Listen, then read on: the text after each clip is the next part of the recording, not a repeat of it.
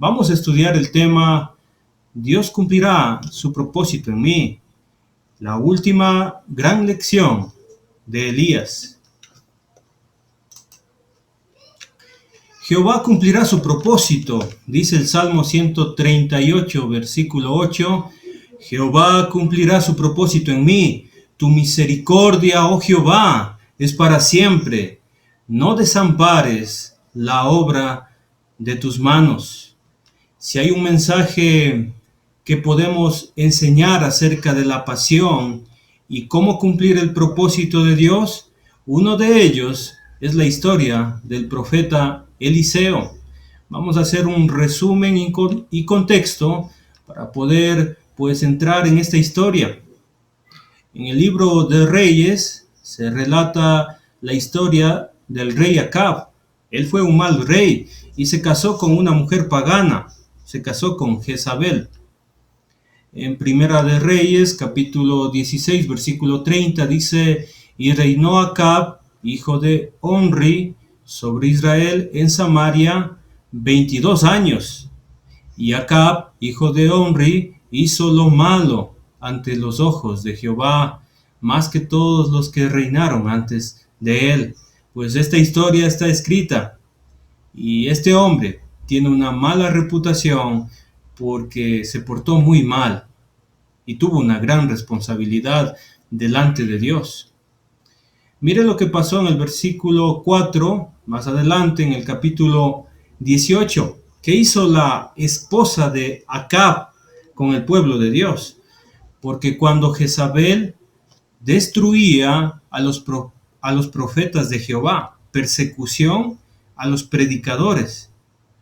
Abdías era siervo del rey. Mire, ¿qué hizo este hombre? Tomó a 100 profetas y los escondió de 50 en 50 en cuevas, y mire la misericordia de Dios, y los sustentó con pan y agua.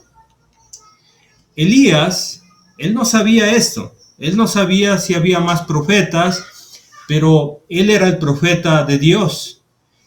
Él oró y no llovió sobre Israel 3 años y medio.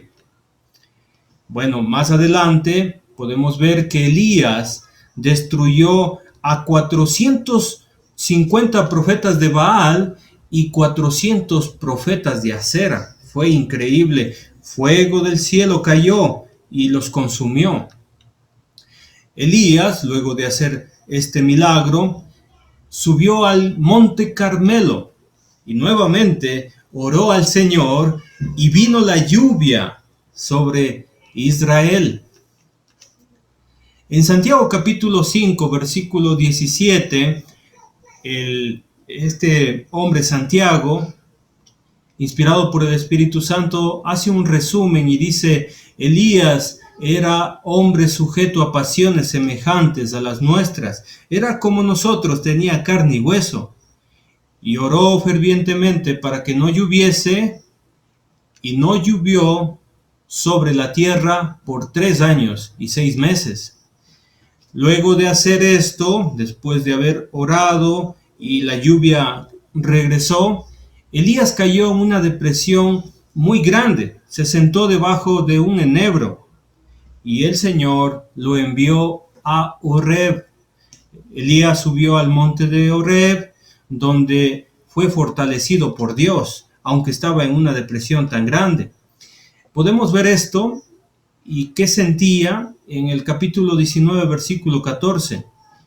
Él respondió, y aquí están los sentimientos de Elías: he sentido un vivo celo por Jehová, Dios de los ejércitos. Le dolía en su corazón que las personas no sigan a Dios. Le dolía en su corazón cómo estaba actuando el pueblo, porque los hijos de Israel han dejado tu pacto, han derribado tus altares, han matado a espada a tus profetas. Y mire qué estaba pensando él: y solo yo he quedado. Y además de esto, mire lo que siente y lo que piensa: y me buscan para quitarme la vida. Bueno, así se sentía Elías, el representante de Dios, el que hablaba de parte de Dios, no tenía salida, pero Dios tenía un propósito. Dios tenía un plan de juicio. Más adelante, si usted lo lee, Elías debía ungir a Hazael como rey de Siria, a Jehú como rey de Israel y a Eliseo como profeta. Es decir, que Dios le estaba dando pues su plan a Elías. Y mire lo que dice el versículo 18 para ya entrar ya en nuestro pasaje, en nuestro contexto. Y yo haré que queden en Israel 7,000. ¿Y qué hacían estos 7,000? Mire lo que dice allí, cuyas rodillas no se doblaron ante Baal y cuyas bocas no lo besaron. Gracias a Dios, siempre hay un remanente fiel, en este caso 7,000. 7,000 se negaron a arrodillarse ante la idolatría, ante Baal, ante Acera, aún teniendo un gobierno terrible como el de Acab y de Jezabel. Bueno, queridos hermanos, yo creo que esto nos debe dar ánimo. Siempre va a haber palabra de Dios, siempre va a haber profetas, siempre va a haber personas que siguen a Dios a pesar de las circunstancias difíciles de la vida. Elías, luego de este mandamiento que debía buscar a Eliseo, fue en busca de Eliseo y viajó aproximadamente 240 kilómetros en dirección al norte hasta la ciudad de Abed Meola, en el valle fértil del Jordán. Allí fue a encontrar a Eliseo. Bueno, es obvio que la familia de Safat, él era padre de Eliseo, se encontraba entre los 7,000 que no doblaron sus rodillas ante el paganismo. De hecho, ellos eran tan fieles a Dios que colocaron un nombre a su hijo.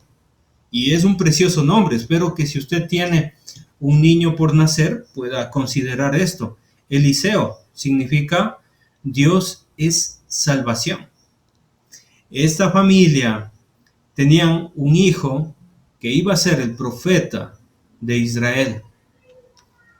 Bueno, empezaba a llover, ¿se acuerdan? No había llovido durante 3 años y medio, y la familia de Safat tenía planes financieros. Eran de una posición económica buena, y Eliseo era su hijo, que era fuerte, que era inteligente y que tenía la capacidad de relacionarse con las personas. Ellos que querían, como familia, cultivar a gran escala. Tenían 12 yuntas de bueyes y Eliseo se encargaba de dirigir pues ese trabajo. Pero Elías llamó a Eliseo. Elías se sentía solo. Ahora Elías va a tener un compañero.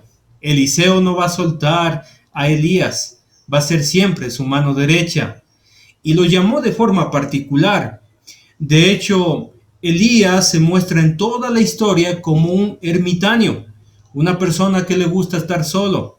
Es fácilmente depresivo, pero Dios pensó en él y le dio un compañero.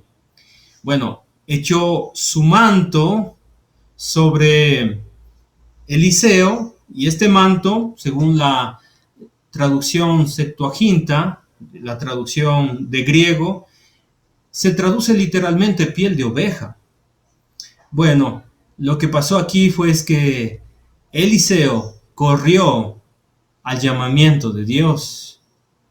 Por eso recuerde, la anterior clase vimos que Dios llama siempre a los diligentes, a los dispuestos. Dios llama siempre a los disponibles. Él no va a llamar a los holgazanes. Él no va a llamar a las personas que no les gusta trabajar. Siempre trabaja con personas dedicadas. Recuerde, Eliseo, pues nada lo ata. Para Eliseo no era un impedimento su trabajo. ni tampoco su familia, ni tampoco sus posesiones. Nada podía impedir que Eliseo siga al Señor. Muy bien, número 2, a Eliseo nada le pesa. Más bien, estaba muy contento. Él no estaba pensando qué haré con mis bueyes. Bueno, dijo, esto no va a impedir seguir a Dios. Esto no me pesa. Hizo un asado con esos toros y festejó con el pueblo de seguir al Señor. Número 3, a Eliseo nada le desanima. Era un jefe de trabajadores, era hijo del dueño de la finca, pero se convirtió en el siervo del profeta. Este es Eliseo, amados hermanos. Con este antecedente podemos, amados hermanos, empezar ya nuestro estudio bíblico de esta noche.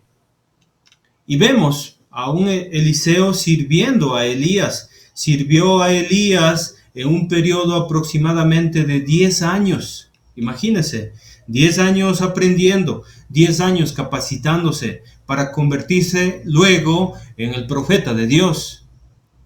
Él miró cómo Elías confrontó al rey Acab en la viña de Nabot. Dios hizo justicia, ¿se acuerda? También estuvo cuando Elías hizo frente a la fuerza militar de Ocosías. En Segunda de Reyes, capítulo 3, versículo 11, hay una enseñanza particular. Se describe a Eliseo como el que servía a Elías. Y en la traducción se da a entender que él era el que derramaba agua sobre las manos de Elías. Era un siervo, no podemos dudar de eso. Era una persona que se entregó al Señor completamente. Y para servir al Señor es necesario servir a los demás. Eliseo caminó por los caminos del norte juntamente con Elías. Dice más adelante, y vamos a notarlo, los hijos de los profetas. ¿A qué se refiere esta frase? Bueno, le adelanto que esta frase se refiere a aquellos profetas que estaban en aprendizaje. Pueden ser los mismos que estaban escondidos en las cuevas. Estaban 100 profetas escondidos en cuevas, pero solamente aparecen aquí 50. Es probable que murieron por Jezabel. Bueno, Abdías los cuidó, ¿se acuerda? Muy bien, vamos, hermanitos, a pensar en algo especial. ¿Qué realmente buscamos de Dios? ¿Qué realmente buscamos en esta vida? Un hombre buscaba las huellas de un león, era un cazador y buscaba las huellas. Y llegó al campo y buscó ahí a una persona que conocía el terreno y encontró pues a un leñador. Y fue donde el leñador y le dijo: amigo, quiero hacerle una pregunta, si no es mucha molestia. Y le dijo este hombre, el leñador le dijo: dígame cuál es la pregunta. Pues estoy buscando huellas de un león. ¿Usted las ha mirado por aquí? Y dijo el leñador: bueno, yo tengo algo mejor que las huellas. Yo sé dónde está el león.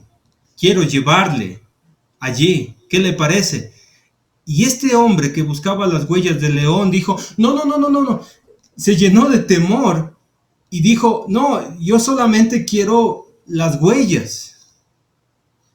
Bueno, queridos hermanos, creo que hay muchos cristianos que se conforman con las huellas y no con el león. Creo que hay muchos cristianos que les gusta la convivencia del cristianismo y está bien. Hay muchas personas que les gusta las reuniones y cómo hay el ánimo y cómo se ora. Pero la pregunta realmente que quiero plantear en esta noche es: ¿buscamos realmente a Jesucristo? ¿Buscamos realmente estar con Él en la eternidad?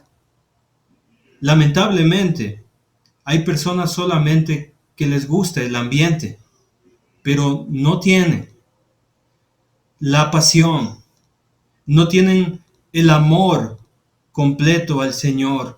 Y esta lección tiene como ese objetivo, hermanos queridos y hermanitas. Vamos a ver la última enseñanza de este profeta, de Elías. Así que se va a poner muy interesante. Por favor, con su Biblia en Segunda de Reyes, capítulo 2. Y habían pasado 10 años. Ellos estaban recorriendo todo Israel, Elías y Eliseo. Se había acabado la depresión de Elías, tenía un compañero. Y bueno, espero que nos ponga atención.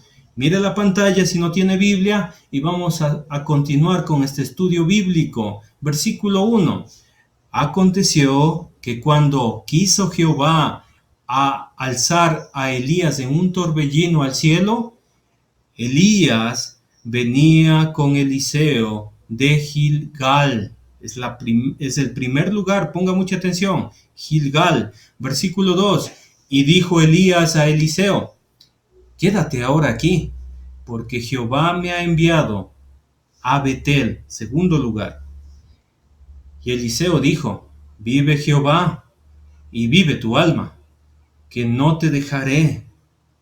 Descendieron pues a Betel, versículo 3, y saliendo a Eliseo, los hijos de los profetas que estaban en Betel le dijeron: ¿sabes que Jehová te quitará hoy a tu señor de sobre ti? Él le dijo: sí, yo lo sé, callad. Versículo 4. Elías le volvió a decir: Eliseo, quédate aquí ahora, porque Jehová me ha enviado a Jericó. Es el tercer lugar, no se olvide. Y él dijo: vive Jehová, y vive tu alma, que no te dejaré. Vinieron pues a Jericó. Versículo 5. Y se acercaron a Eliseo los hijos de los profetas que estaban en Jericó, y le dijeron: ¿sabes que Jehová te quitará hoy a tu señor de sobre ti? Él respondió: sí, lo sé, callad. Versículo 6. Y Elías le dijo: te ruego que te quedes aquí, porque Jehová me ha enviado al Jordán. Cuarto lugar. Y le dijo: vive Jehová y vive tu alma, que no te dejaré. Fueron pues ambos, versículo 7, y vinieron 50 varones de los hijos de los profetas, y se pararon delante a lo lejos. Y ellos dos se pararon junto al Jordán. Versículo 8. Tomando entonces Elías su manto, lo dobló y golpeó las aguas, las cuales se apartaron a uno y a otro lado, y pasaron ambos por lo seco. Vemos actitud en Elías, y esa actitud debemos imitar, amados hermanos. Quiero hacerle una pregunta. Si usted supiera que va a morir, ¿qué haría? Si usted supiera que va a encontrarse con Dios prontamente, ¿cuál sería su actitud?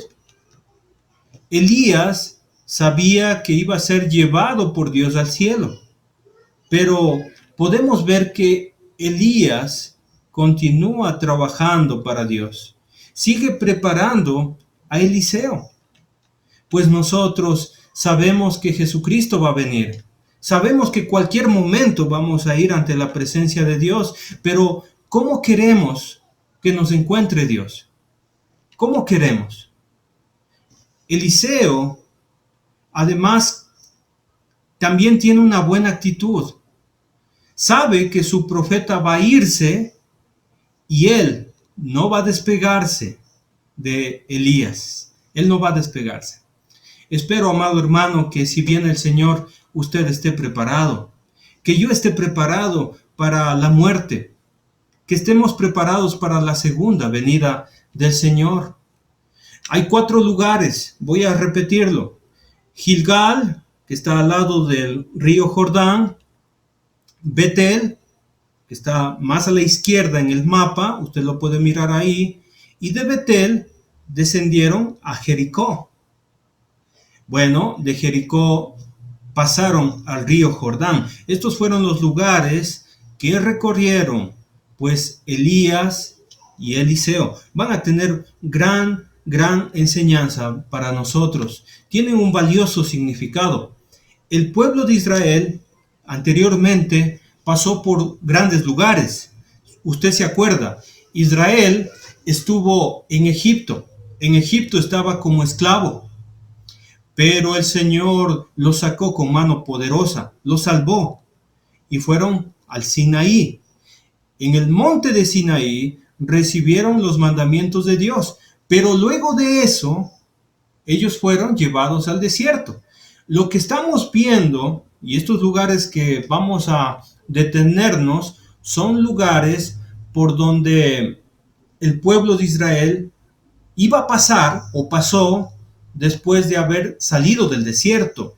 Son Gilgal, Betel, Jericó y Jordán. Estos 4 lugares, amados hermanos, hermanita querida que me está escuchando, tienen mucha importancia en la historia de la conquista de Canaán, que es la tierra prometida. Eliseo es el sucesor de Elías. Esta es la última lección para su siervo. Eliseo, amados hermanos, va a ser el profeta de Israel. Y estos 4 lugares tienen lecciones espirituales para el pueblo de Dios. Esta secuencia de lugares es una secuencia muy paralela con el crecimiento espiritual que experimenta el cristiano. Así que voy a invitarle a que aliste su maleta, su Biblia, su actitud, su buena disposición y principalmente su corazón, porque vamos a irnos a estos 4 lugares que le llevó Elías a Eliseo. Vamos a ir con Gilgal. Dice el libro de Josué, para entender la historia, tenemos que irnos a Josué. Dice allí Josué 5, 7, 8 y 9, a los hijos de ellos, que él había hecho suceder en su lugar, Josué los circuncidó. Era una operación que se lo hacía a los hombres en sus partes íntimas, pues eran incircuncisos, porque no habían sido circuncidados por el camino. Versículo 8, y cuando acabaron de circuncidar a toda la gente, se quedaron en el mismo lugar, en el campamento, hasta que sanaron. Bueno, esta operación que se hizo a todos los hombres en aquel lugar representa, amados hermanos, el pacto con Dios, el compromiso que tuvieron con el Señor. Y mire lo que dijo el Señor en el versículo 9, esto es importantísimo. Y Jehová dijo a Josué, hoy, es decir, este día, en Gilgal, he quitado de vosotros el oprobio de Egipto. ¿Sabe por qué ellos tenían este oprobio, este insulto?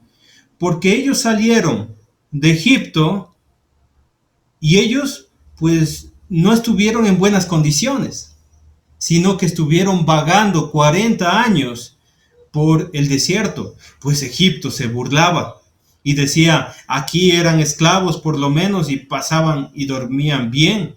Ahora Israel está 40 años sin rumbo fijo, no tienen una ciudad, no tienen pues comodidades. Para eso salieron de aquí.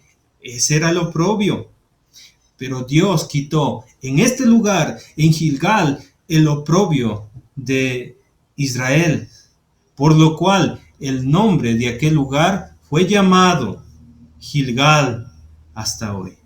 Gilgal representa, amados hermanos, cómo Dios quitó el oprobio a Israel, cómo los hombres hicieron un pacto con Dios. Nosotros también, en la iglesia, nosotros hemos hecho un pacto con nuestro Dios. Nosotros también fuimos circuncidados con el Señor. Mire lo que dice Colosenses capítulo 2, versículo 11, versículo 12, 13. En él también fuisteis circuncidados con circuncisión no hecha a mano, al echar de vosotros el cuerpo pecaminoso carnal en la circuncisión de Cristo.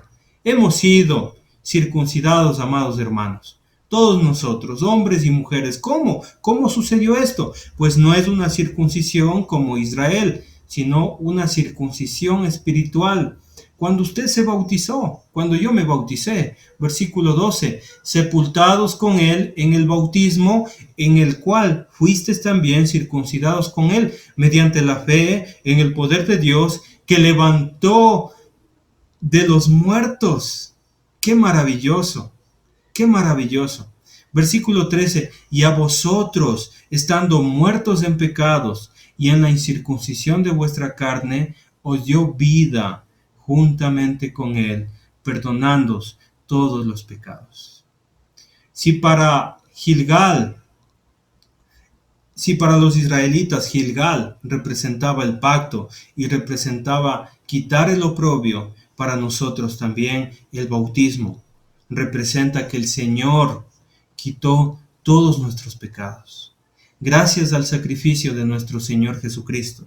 Gracias que Él murió en la cruz del Calvario y que Él resucitó de entre los muertos, nosotros podemos decir, el Señor me perdonó, el Señor quitó mis pecados, el Señor quitó mi oprobio, el Señor ahora me tiene en libertad. Así que si hay alguien que todavía no se ha bautizado, todavía no ha llegado a ese paso tan importante, le invito a pensarlo. Y si lo quiere hacer, por favor avísenos. Betel es el segundo lugar que fue Elías y Eliseo. Betel significa la comunión con Dios. Aquí Jacob tuvo el sueño de la escalera. Y esta escalera venía del cielo a la tierra. Mejor leamos el texto. Génesis capítulo 28, del versículo 13 al 15. Esto pasó en un sueño a Jacob. Recuerde, Abraham, Isaac, Jacob. Jacob luego fue llamado Israel. Pero veamos lo que dice aquí el texto. Y he aquí, Jehová estaba en lo alto de ella, el cual dijo, qué bonitas palabras del Señor. Yo soy Jehová, el Dios de Abraham tu padre, el Dios de Isaac. La tierra que estás acostado te la daré a ti y a tu descendencia. Será tu descendencia como el polvo de la tierra y te extenderás al occidente, al oriente, al norte y al sur, y todas las familias de la tierra serán benditas en ti y en tu simiente. He aquí, yo estoy contigo, y te guardaré por donde quiera que fueses, y volveré a traerte a esta tierra, porque no te dejaré hasta que haya hecho lo que te he dicho. Esta es la gran promesa de Dios, que nos alcanzó mediante Jesucristo. Gracias al Señor por esta promesa. Este lugar se llamaba Luz, pero Jacob, por la impresión que tuvo y por esta revelación tan grande, le cambió el nombre y le llamó Betel. Betel, amados hermanos, significa casa de Dios.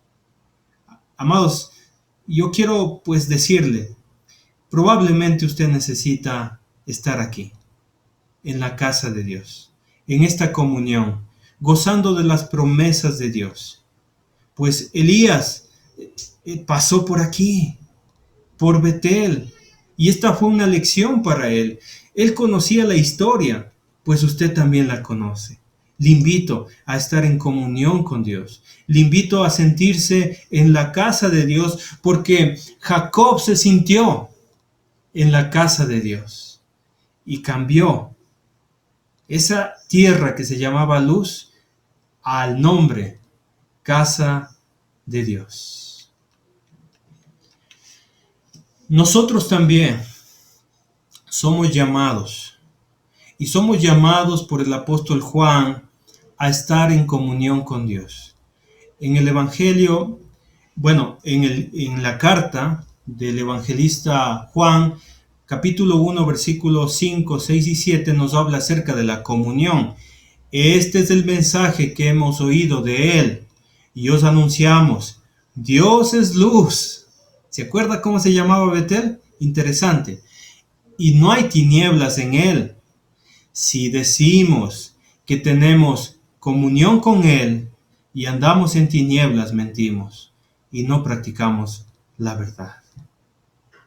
Pero si andamos en luz, como él está en luz, va a haber grandes cosas en nuestra vida.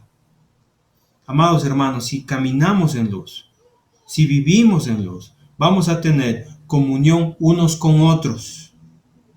Y no solamente con unos con otros, sino vamos a tener comunión con Jesucristo. Y la sangre de Jesucristo, su Hijo, nos va a limpiar de todo pecado. Le invito en esta noche a pasar por este lugar y tener comunión con Dios. Luego se menciona a Jericó. Jericó representa batallar con fe. En Números capítulo 13, versículo 25, estaban ya llegando a la tierra prometida y mandaron espías. Y estos espías regresaron con una noticia. Y les contaron diciendo, nosotros llegamos a la tierra la cual nos enviaste, la que ciertamente fluye leche y miel, y este es el fruto de ella. Mas el pueblo que habita aquella tierra es fuerte, y las ciudades muy grandes y fortificadas, Jericó. Y también, mire que había dentro de estas ciudades, y también vimos allí a los hijos de Anak, personas gigantes, que parecían personas tan grandes que los observaban como langostas, muy pequeñitos. Jericó era una ciudad que tenía 5 cuadras, muy grande, y tenía también 2 muros fortificados en la ciudad, uno por fuera y uno por dentro. El muro de afuera tenía 2 metros de ancho y de alto tenía 6.5 metros. El muro interior tenía 4 metros de ancho, imagínense, grande, y de alto 10 metros. Y ellos, el pueblo de Israel, lograron vencer a los enemigos porque tenían fe y porque obedecieron a Dios. Por eso, más adelante, me gustaría algún rato hablar sobre esta historia, pero más adelante, el libro de Hebreos resume por qué razón ellos pudieron derrotar a Jericó. Dice el versículo 30 de Hebreos 11, por la fe cayeron los muros de Jericó, después de rodearlos 7 días. Esto es la fe. La fe nos ayuda a derribar muros. Muchas personas tienen problemas ahora mismo. Tienen problemas familiares, problemas económicos. Otros tendrán problemas de enfermedades. Le invito a batallar con fe. Le invito a luchar. En esta vida necesitamos luchar, amados hermanos. Tenemos que ser valientes y tenemos que tener la fe que Dios está con nosotros. Va a parecer imposible vencer muchas cosas en nuestra vida y podemos decir, es muy grande, muy alto ese muro que tengo que destruir y pasar. Mi enemigo es muy alto, es muy gigante, pero yo le invito a visitar Jericó, este lugar que me enseña que por medio de la fe podemos ser vencedores, podemos vencer los obstáculos de nuestra vida. Bueno, en la historia también vemos que Elías llevó a Eliseo al Jordán, y esto es la prueba final.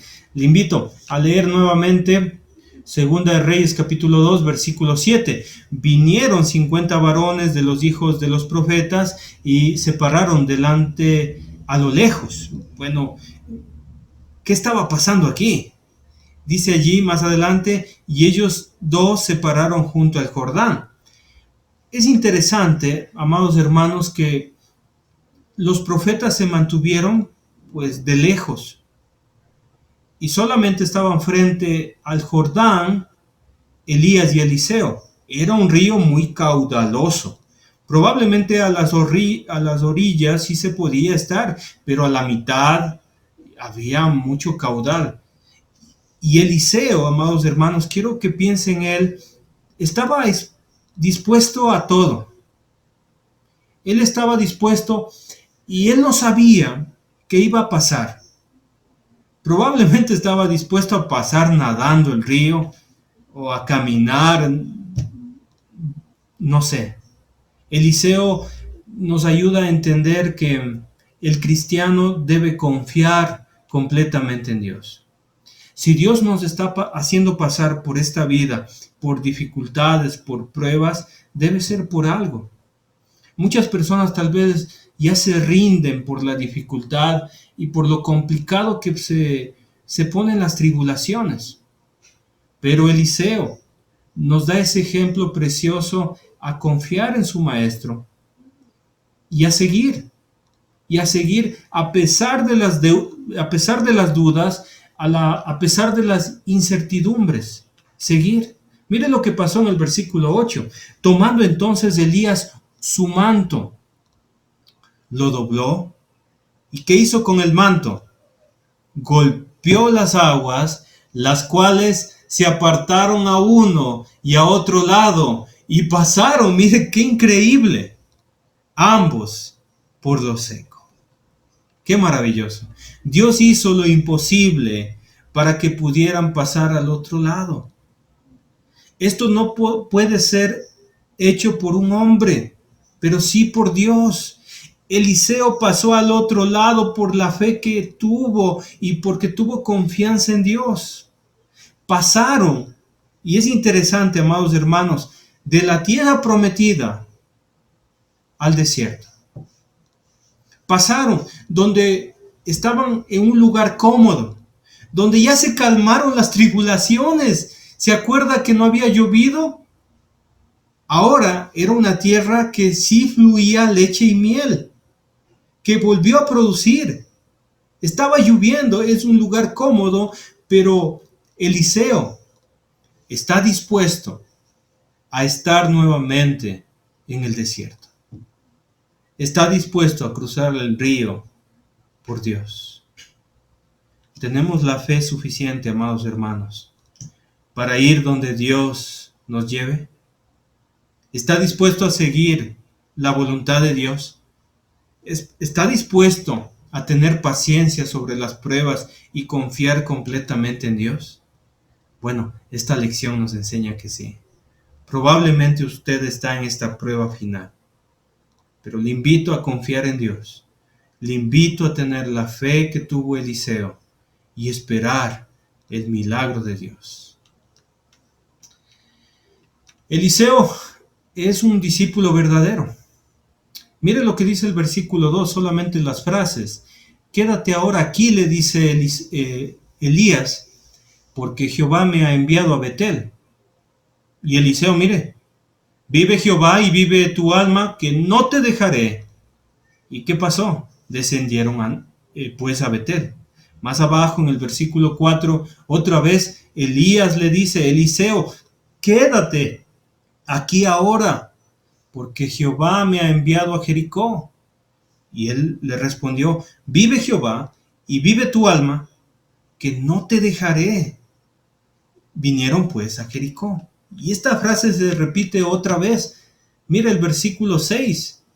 Te ruego que te quedes aquí, porque Jehová me ha enviado al Jordán. Y otra vez Eliseo dice lo mismo. Vive Jehová y vive tu alma, que no te dejaré. Y fueron pues ambos. Eliseo es un verdadero discípulo. Y lo que hace Elías es probar el compromiso de Eliseo. Amados hermanos, Eliseo quiere ser un verdadero discípulo porque procura seguir a su maestro. Esto pasó de la misma manera con el Señor Jesucristo. El Señor Jesucristo, cuando vino aquí a la tierra, pues no rogó a nadie que le siga. Simplemente invitaba y simplemente predicaba. Mire lo que pasó en Juan capítulo 6, versículo 60. Cuando él predicó, al oírlas, las palabras de Jesús, muchos de sus seguidores o de sus discípulos dijeron: dura es esta palabra, ¿quién la puede oír? Más adelante, versículo 66, desde entonces muchos de sus discípulos volvieron atrás y ya no andaban con él.